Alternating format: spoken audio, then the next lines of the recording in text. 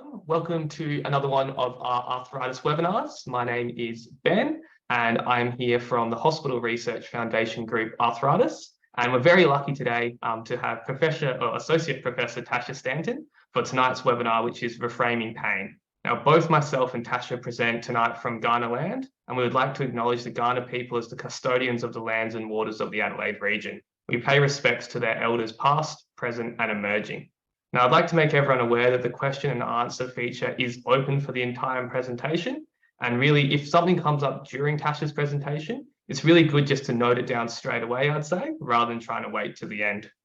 Now, if anyone hasn't heard of Tasha before, she's an associate professor and a leading academic at the University of South Australia, working as a clinical pain neuroscientist with a history of being a physiotherapist. Tasha works across many aspects of pain and especially in the interest of osteoarthritis. Now, Tasha does a lot of different works, but currently is the co-director and osteoarthritis research team lead at Impact in Health, heads the persistent pain research group at SAMRI, and is founder of the Brain Bus, which is a mobile pain research and education lab. Through the Pain Revolution tour, the bus reached over 5,000 rural South Australians. Now, Tasha also has over 100 peer-reviewed articles and has spoken to at least 100 different national and international conferences. With that as well, her research has won numerous awards, both nationally and internationally. I can say very much that a lot of the pain talks and research that we base a lot of our education is through a lot of Tasha's work. So we're really, really fortunate to have her on tonight. And I'll hand over to you, Tasha. Wonderful. Thank you so much, Ben. And I'm really excited for all of you here. Thank you for joining today. What we're going to be talking about today is reframing pain. And so this is kind of a bit of an ominous title, isn't it? But if you think back to as you were growing up and what you learned, we often learn that how badly I've injured myself determines how much I hurt. And so therefore, how badly I hurt or how much pain I'm in must determine and tell me about the amount of damage of my tissues. Now, today, what I want to do is I want to turn this on its head. I want to convince you otherwise and together explore the complexity that is pain. And whenever I say complexity, it sounds bad, but I think in this case, complexity is good, and I'll come back to that. But what I think always really interests me and gets me so excited is that there's a lot of things going on around us at any given time that actually influences what we feel much more profoundly than we might realize. And in fact, everything that we experience is influenced by many things that we don't even know about. Let me give you an example of this. This is a very famous illusion called the rotating mask illusion.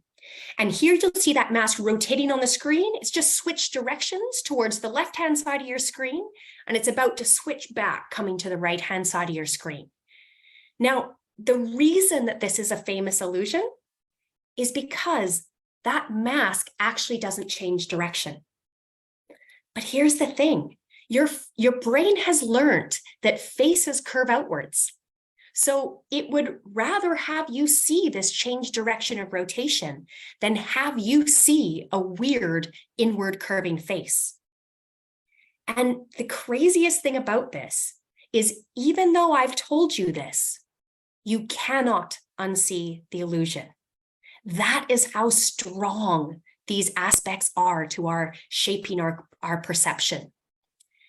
And what's quite interesting is this applies to pain. We see the same thing. If we touch you on the skin with an ice cold probe and we shine a red light first, or we shine a blue light first, that matters to your experience of pain. Shining the red light first makes the exact same ice cold probe hurt more than if you shine a blue light. And the craziest thing is if we ask people what they actually felt in terms of temperature, when we shine that red light, people get it completely wrong. They think that icy cold probe is painfully hot. And why? Well, let's think about what we've learned as we grow up. What do we learn about red? Red is hot and dangerous. And blue is cold and maybe even calming. But these things that we're entirely unaware of can actually here quite profoundly shape the experience of pain. And there's more to it than that. What we see is that what an expert actually tells you about your own body matters to pain. So this is a really cool study where they were manipulating or changing people's perception of their own safety of their body. So they were recruiting people into the lab and they were zapping them with lasers. But before they did that, they did a very thorough skin assessment. So really checking to see if the skin was okay. And they mapped out areas where they're like, yep, totally safe to receive a laser zap here. Your skin is robust. And then other areas where you're like, I think it's okay, but we're just going to proceed with caution. But actually, in all of these cases, that skin assessment was entirely fake, lies. The skin is fine at all times.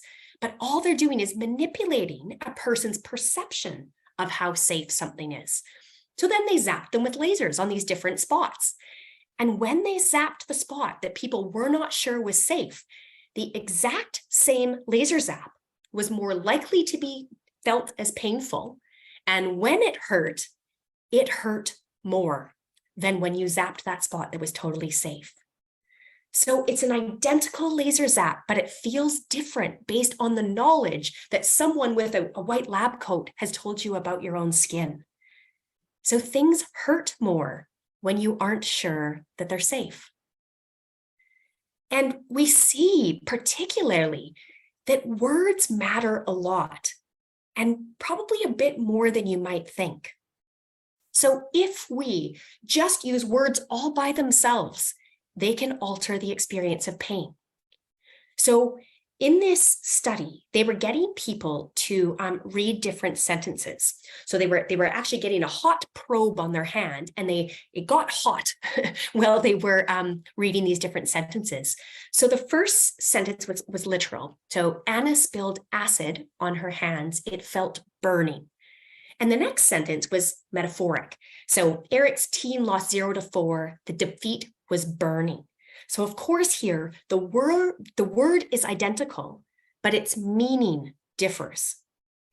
And what they found was this, is that when people read that literal sentence, the exact same burning hot probe hurt significantly more than when they read the metaphoric sentence. So meaning matters. But what you can see there is there's two groups. There was a group without pain and a group with chronic pain. And the chronic pain are the red diamonds. And you can see that when people with chronic pain read that sentence and got that hot probe, they had a much higher upregulation of their pain experience. It hurt way more than people who didn't have pain, which suggests that actually our sensitivity to some of these different things can be higher. And it seems to be higher when we have chronic pain or pain that has lasted for a long period of time. Now, this might seem crazy, right? Like, how can words actually alter what we feel? Maybe they were just reporting what the researchers wanted. That could be the case.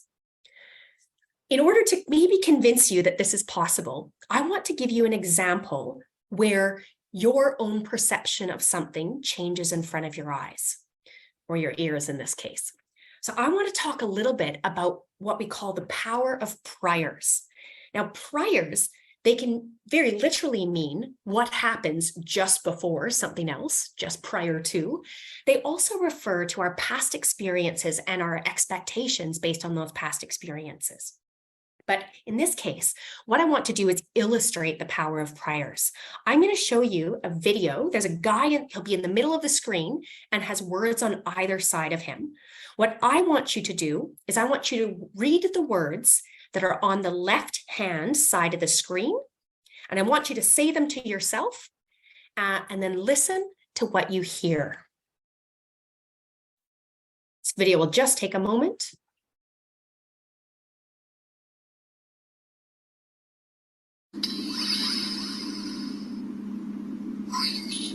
More time. Green needle. Now, what word did you hear? Hopefully, you heard green needle.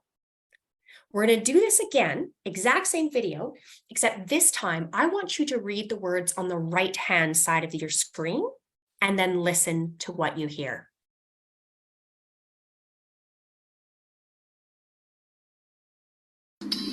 Brainstorm. Now, just for fun, green needle.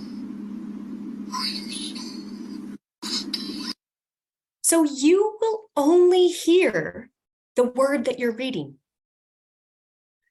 But basically what you're doing is by reading that word, you're priming your brain to expect a certain acoustics or sound pattern.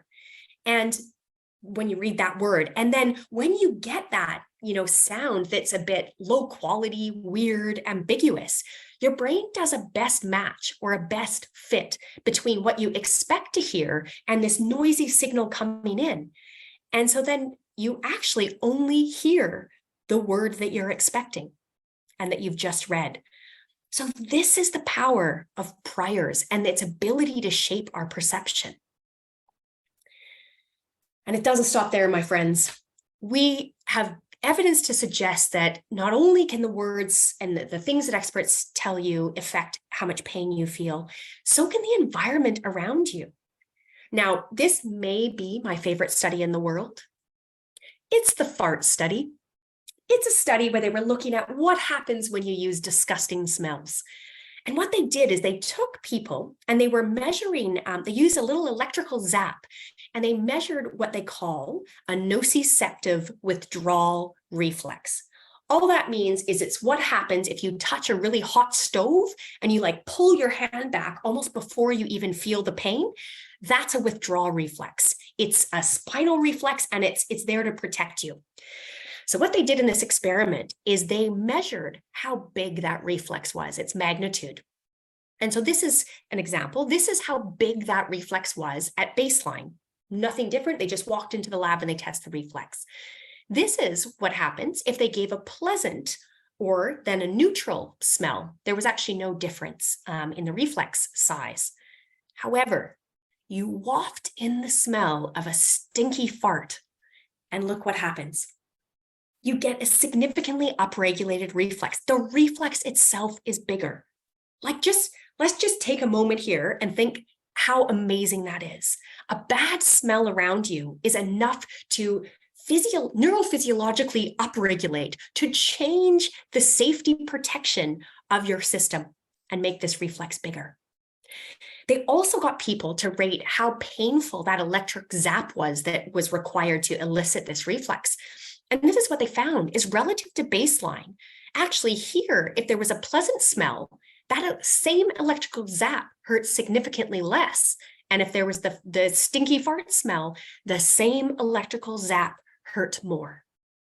So the things going on around you can influence protection of your body and how much things hurt. So let's go back to this assumption that I started my talk with, this idea that the pain we feel, it only reflects what's going on in terms of our tissues, damage or injury to the tissues. Now, what I've shown you, all these different examples, they illustrate clearly that that isn't the case. It is not just what's going on in the tissue, because the exact same laser zap can hurt more or less, or the electrical zap can hurt more or less. So instead of this idea that pain just reflects what's going on in the tissues, what we realize and what neuroscience supports is that we all have a dynamic system. And this dynamic system adapts and it updates based on the available information around us for that person in the environment, whether it's stinky or not, and within the society. And this system is about protection, because pain is actually a really great way to protect ourselves. We don't like it, but what does it do? It pulls our attention. It stops us from doing something. It makes us change our behavior. So this dynamic system is about protection. And ultimately, what it's doing is taking all the different available information of danger and weighing it up against all the different available information of safety. And it's often the balance of these that determine how much we hurt. Now, an important extension of this is that if there's lots of different contributors to pain, then it suggests that anything that gives us information that we need to be protected or that we're in danger or there's threat can potentially increase pain.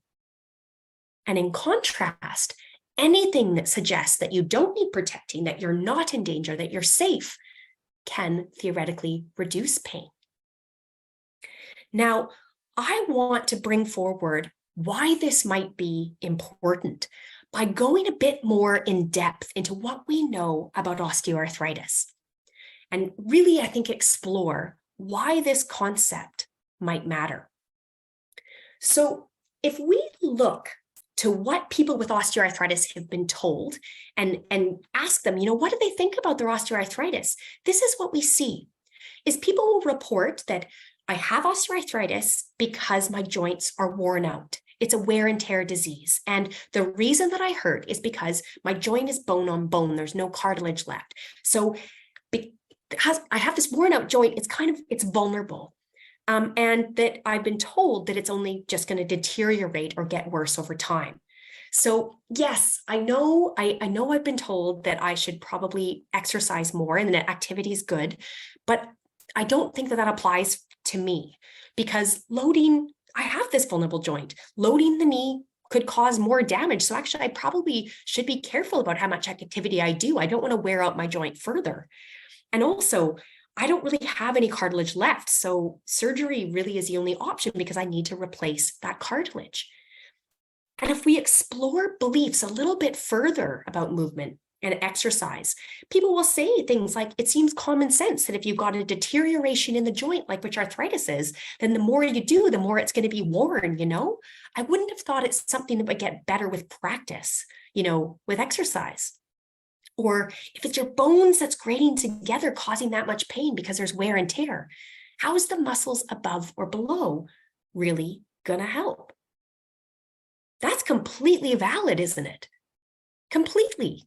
And if we think in this sense, if we remember the previous information that I gave you, what happens when we aren't sure if something's safe? It hurts more. What happens if we aren't truly convinced that exercise is safe? Everything's on high alert, and the same thing has potential to hurt more. So what I would argue is I would agree. Advice to move makes absolutely no sense unless one understands that osteoarthritis is not merely a wear and tear disease of the joint. It's not just about the joint, because ultimately, that's actually what the new science is showing us, that all of these things that people have been told and that they think about osteoarthritis, some of these are myths and misperceptions. So I want to go through today what I think is probably the biggest myths, and that's that osteoarthritis is solely only a wear and tear disease of the joint. That's the only thing that matters.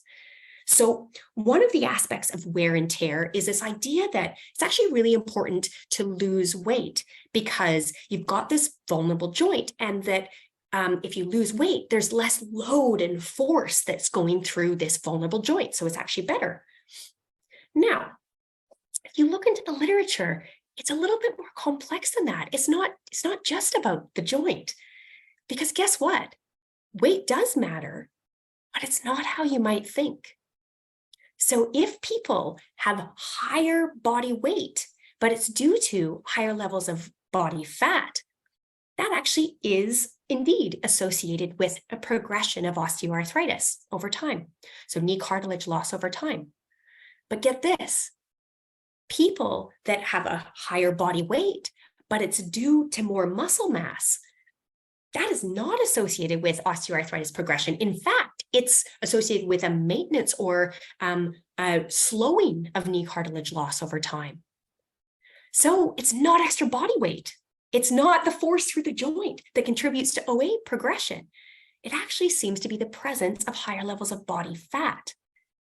And indeed, if we look into the more wider literature, obesity actually predicts progression of hand osteoarthritis. So unless we've got gymnasts in the group, hands are non-weight bearing joints. They're not taking extra load due to weight. So the available evidence isn't really supporting this narrative of wear and tear, but rather when we look to the science, what we actually see is that higher levels of body fat actually contributes to inflammatory responses in osteoarthritis. And I'm going to come back to that in a little bit. Now, you might say, okay, but if my joint is bone and bone and my cartilage is damaged or non-existent, then movement still will only make it worse though, right? Now, again, here's the thing. Actually, cartilage loves loading and it can adapt. If we look at astronauts, they go up into space and they're in microgravity. There is no load through their joints at all. Their cartilage, when they come, it gets less healthy. And it takes about 3 to 6 months when they're back on Earth before it starts to become more healthy again. And marathon runners, they're technically the ultimate wear and tearers, so to speak. They're putting so much load through the joint. And yet, certainly if they do too much, that can be associated with not as nice outcomes. But many marathon runners actually have healthier cartilage than people that are sedentary and are not very active. And so why? Why would cartilage love loading? Well, I don't know if you know this, but cartilage doesn't have a blood supply. So the way that it actually gets its nutrients is through compression and loading. So you have these specialized cells called chondrocytes, and they make lots of the aspects of cartilage like collagen, the tough stuff, and aggrecan, the sticky stuff. Chondrocytes love loading. They're what make them develop and make these different aspects of cartilage. So instead of wear and tear, the available evidence might suggest move to improve. Now, you might be thinking, okay, hang on a minute.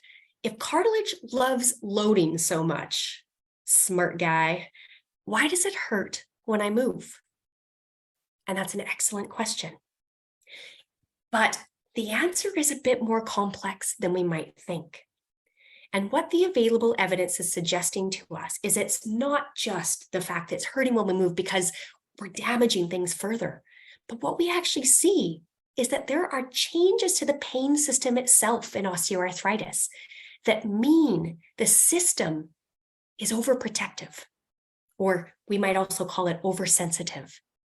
So, for example, if we take people who have painful knee osteoarthritis and we measure their sensitivity to pressure, so literally just pressing on their skin in different parts of their body and stopping as soon as it hurts, but figuring out how much pressure that takes to make it hurt. We've got 2 bar graphs there. The left one, the red one, is people with knee osteoarthritis, and the blue one is age-matched healthy controls without any pain. And you can see that regardless of the body site, whether we press at the knee, we press at the thumb, we press at the trapezius muscle by the neck, people with painful knee osteoarthritis are more sensitive. They require less force in order to elicit pain. And so the question is why? Well, this takes a bit of a detour, but to talk a little bit about how the pain system works. So let's say we step on a thumbtack. There are specialized receptors in our skin and our body. Their technical term is nociceptors, but we call them danger detectors, and these activate.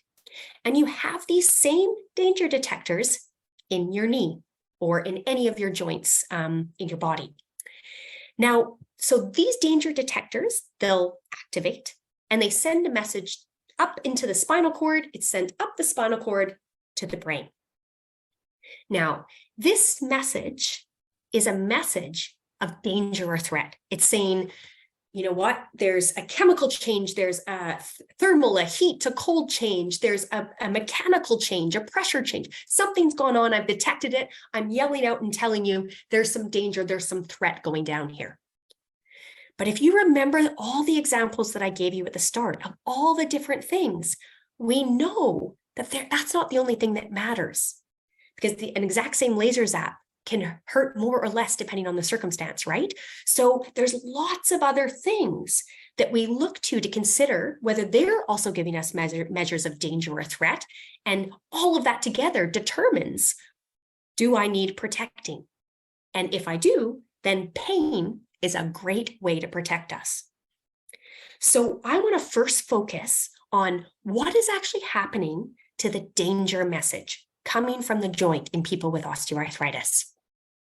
So if you remember what I said before, I told you that when there's higher levels of body fat, people often have greater inflammation. We think that that's how it's linked.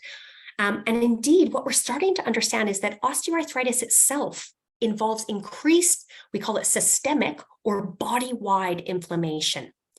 And higher levels of inflammation, they can occur for lots of different reasons. Some occur as we get older. It unfortunately is something that does tend to occur. We have higher levels of inflammation. As I mentioned before, higher levels of body fat can also result in higher levels of inflammation. But also, even crazily enough, changes to our gut bugs, the gut microbiome, that actually communicates with our circulation. And so if that's not very healthy, often we have higher levels of inflammation. So we've got this circumstance where overall in our body, we have higher levels of inflammation. Now, let's say we're going for a walk, and this is the size, that red arrow, that's the size of the danger message coming from the knee. So some of those danger receptors are being activated, perhaps while you're walking. This is the size of it. Now, in the presence of inflammation, that danger message goes from this to this. Inflammation makes everything more sensitive, and it calls in extra friends. So neurons that wouldn't even normally activate are now part of the party. So despite no changes in the knee joint at all, you've gone from this to this. All right, so that message goes up to the spinal cord. We get the same size of message up there. Now, guess what happens in the presence of inflammation? Your spinal cord becomes more sensitive, and your spinal cord brings in more friends. It's a proper party now. So despite no difference in the knee whatsoever, the size of the danger message at the spinal cord can go from this to this. And then that bigger amplified message is sent up to the brain. So we have gone from a danger message like this to this without any changes in the knee joint at all.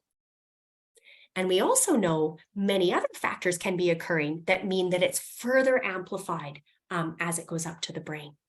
So that's a big difference just based on inflammation. And there's a large change in pain, but no difference in the knee joint at all.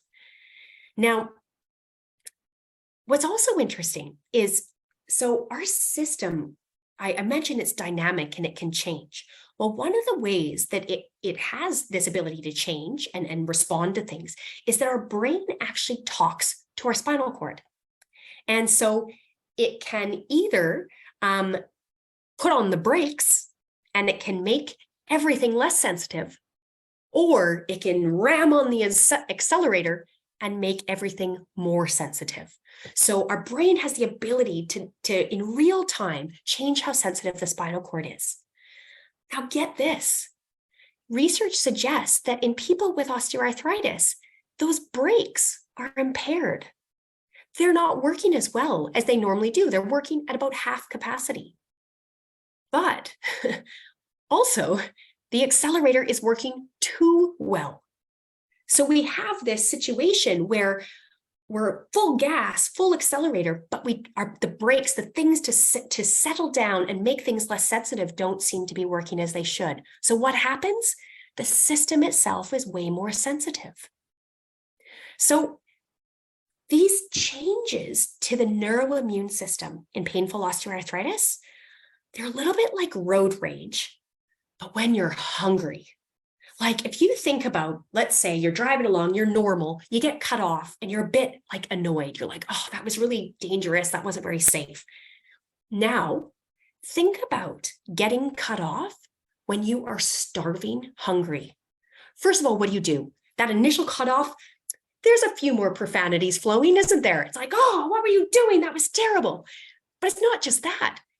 It extends to the next circumstance. You go to the next light, and that idiot didn't pay attention to the turn signal. Oh my gosh, you had one job. But it doesn't stop there. Suddenly you're mad at someone on the side of the street. Look at that guy standing there like an idiot. And you don't have any food to actually then calm down the sensitivity of the system. So these changes, they're a little bit like road rage when you're hungry.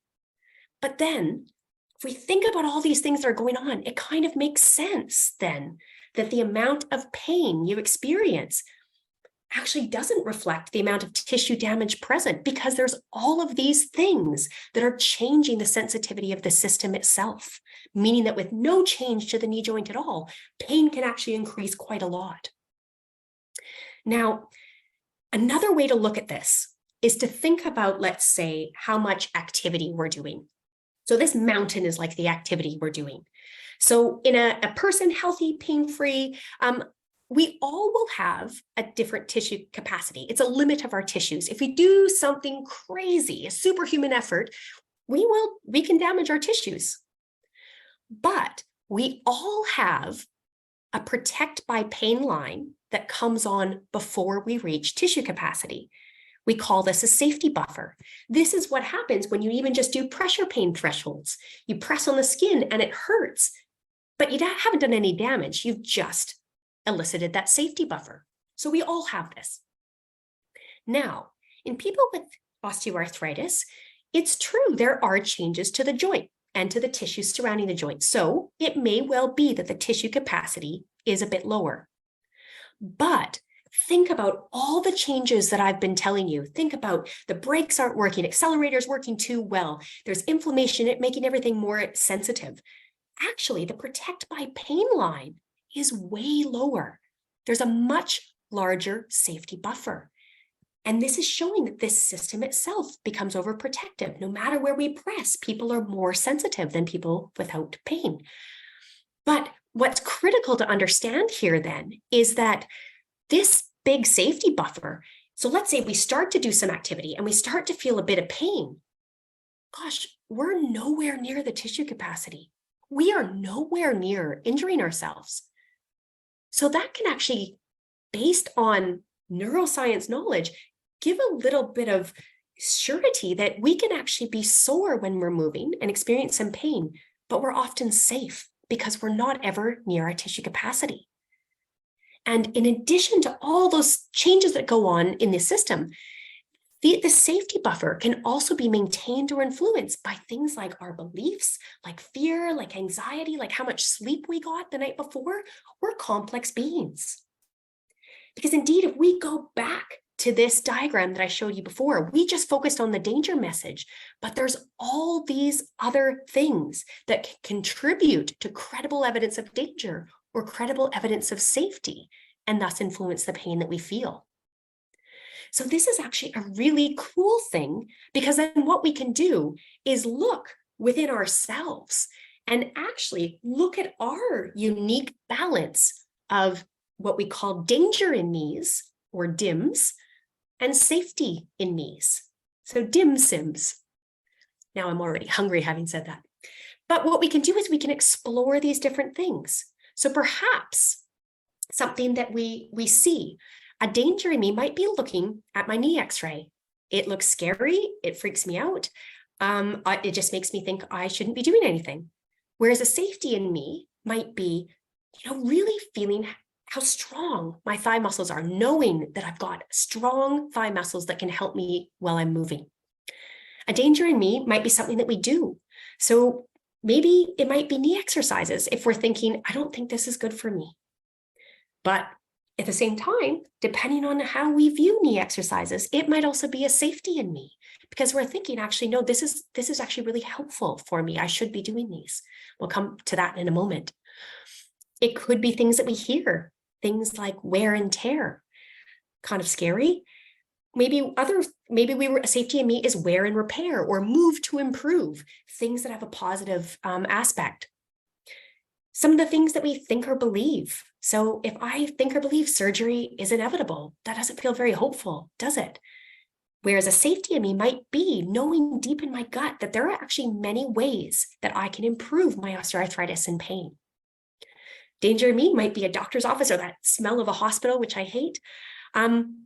Safety might be dancing class with your bestie. People around you can be DIMS, an out-of-date health professional, a nosy neighbor, whereas safeties might be an up-to-date health professional or a supportive family. Feelings that you have, feeling depressed and anxious, are certainly danger in me's.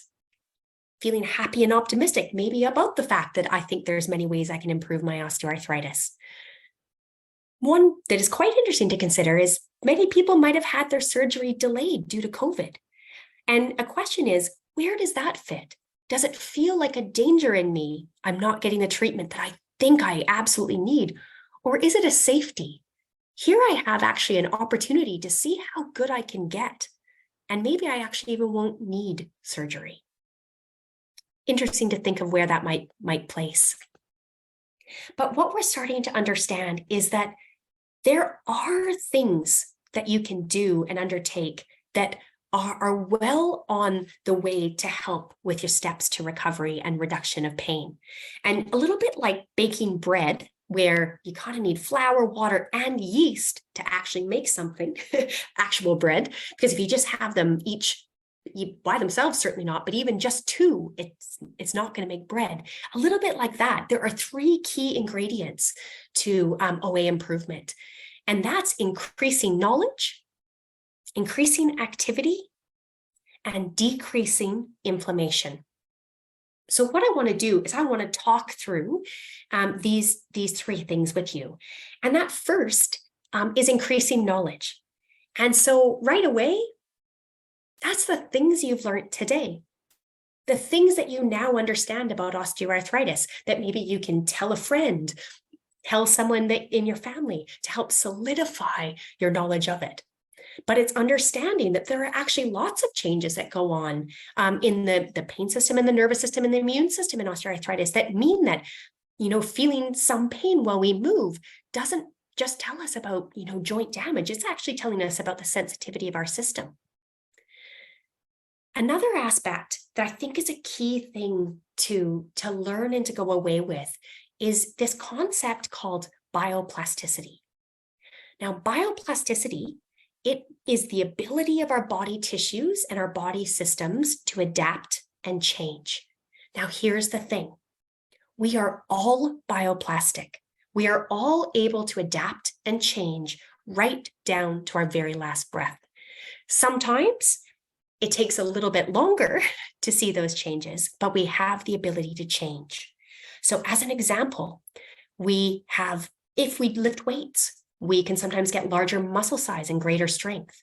If we practice a test, we get quicker reaction times. If we do weight-bearing exercise, we get healthier cartilage and increased bone density.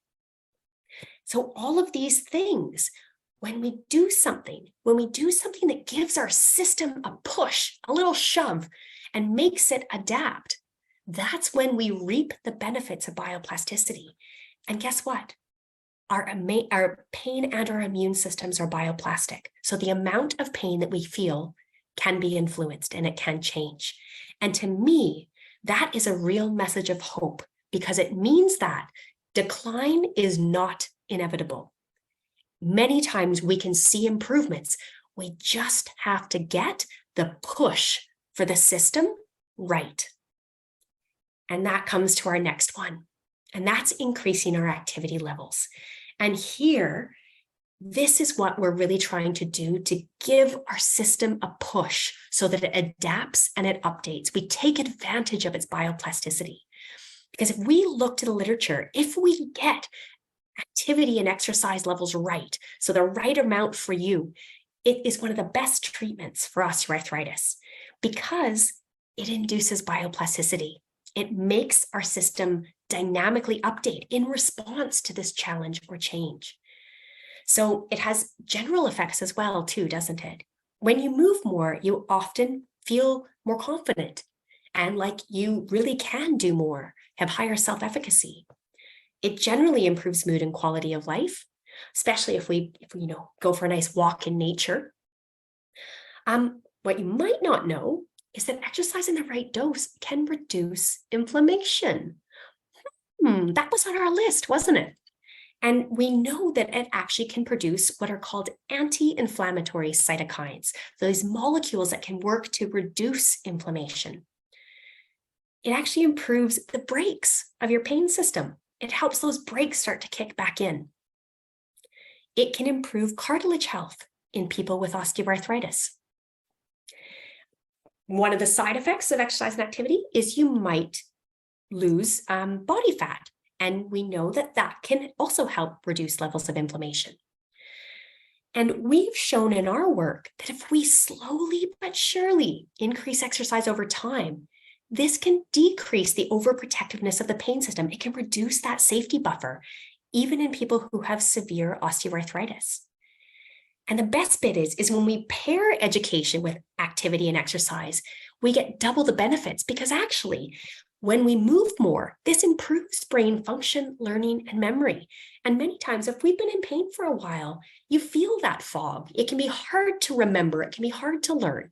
And so when we pair these things together, they can be a dynamic duo. Now, I want to talk just a little bit further about this idea that we can reduce the overprotectiveness of the pain system. So let's go back to this figure that I showed you before, where we see this bigger safety buffer in people with osteoarthritis. So if we slowly but surely increase the amount of exercise we do over time, this, first of all, can improve our tissue capacity. Now, here I've put it right back to normal. It might get right back to normal, but it might always still be a little bit affected. But the key bit of this is that slowly but surely, just giving our system just a nudge to make it actually need to adapt, we can reduce this safety buffer. And so what that means is that you can do more and with less pain because you have a reduced safety buffer.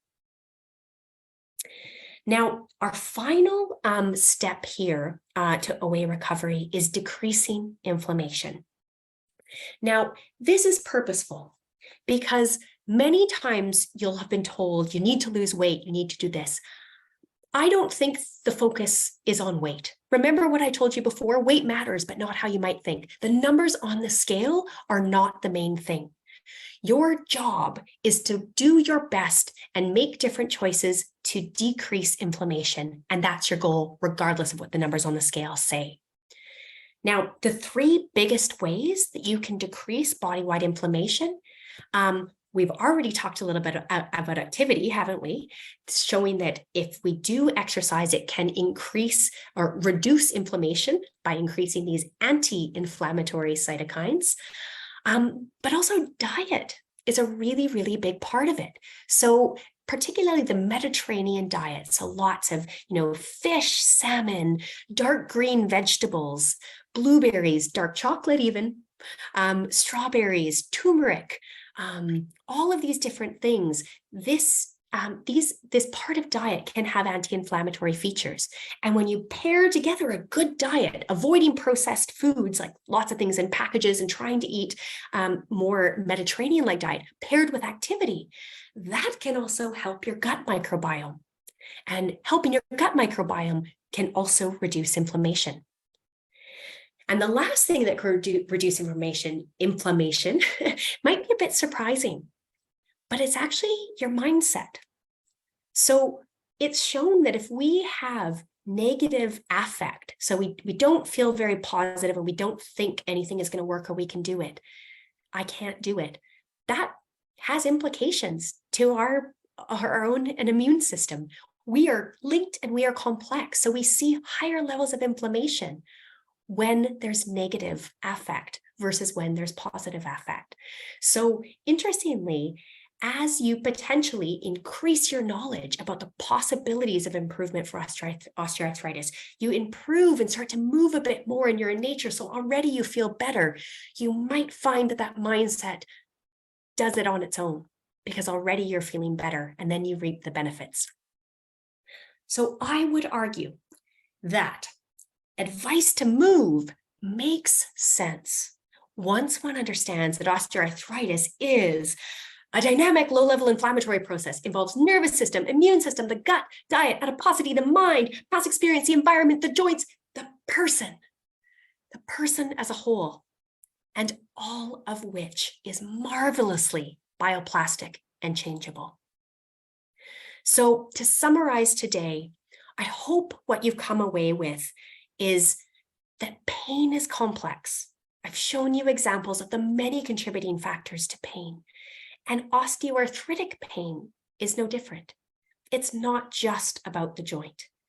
It is this low-level inflammatory condition with many contributors to pain. And this can seem bad, like it's complex, there's lots of contributors, but I view this as a good thing, because if there's lots of contributors, it means there are a lot of potential treatment targets. And as I showed when we looked at DIMS and SIMS, we can each explore our unique contributors to pain to find those targets, those things that we can work on. And that's something that a health professional can help you with. But critically, we are bioplastic, we are changeable.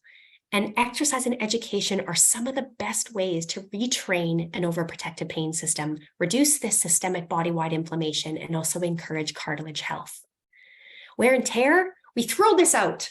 Now we say move and improve, or maybe move to improve. And these three key ingredients to recovery, they're increasing knowledge, increasing activity, and decreasing inflammation. And when we do them together, you reap the benefits of both. It's exponential. They don't just add up. They work with each other to really benefit you and the pain that you feel. So on that note, I want to thank you for your time and your attention. And I just want to take a moment to thank the research group that I work with and the wider group and the different funding sources that have supported the research that we do. So thank you so much. Thank you so much for that, Tasha. That was fantastic. As someone who gets to talk about this stuff as well, it's such a wonderful way that you present it all, and it's really, really fantastic to get your insights about it. I was wondering, because we ran a news story with you last year, as I'm sure you can remember. Would you be happy to talk about, with some of the research you've done, some of the results you've actually seen of people putting these ideas that you've actually talked about tonight in place over time?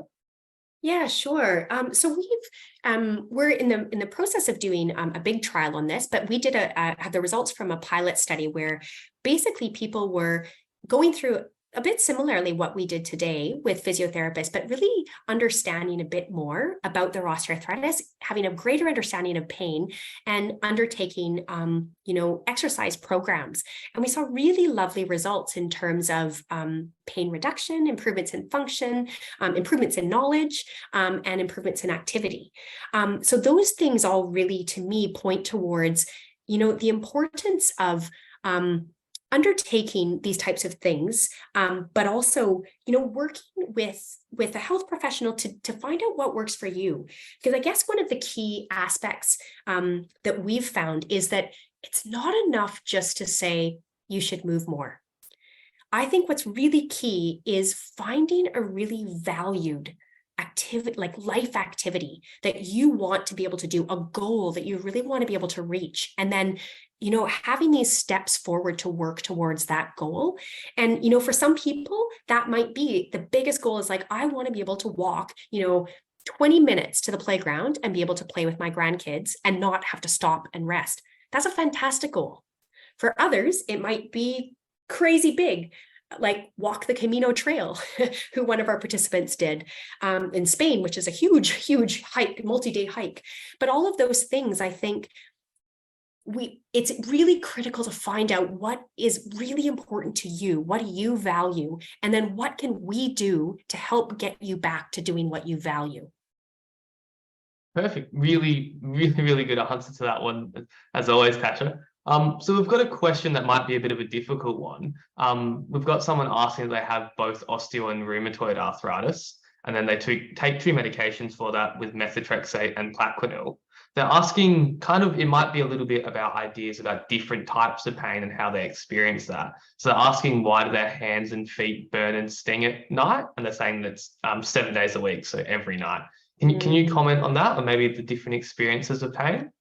Yeah, look, I think that is one of the things that is probably the most challenging, is how unique and how varied pain experiences can be.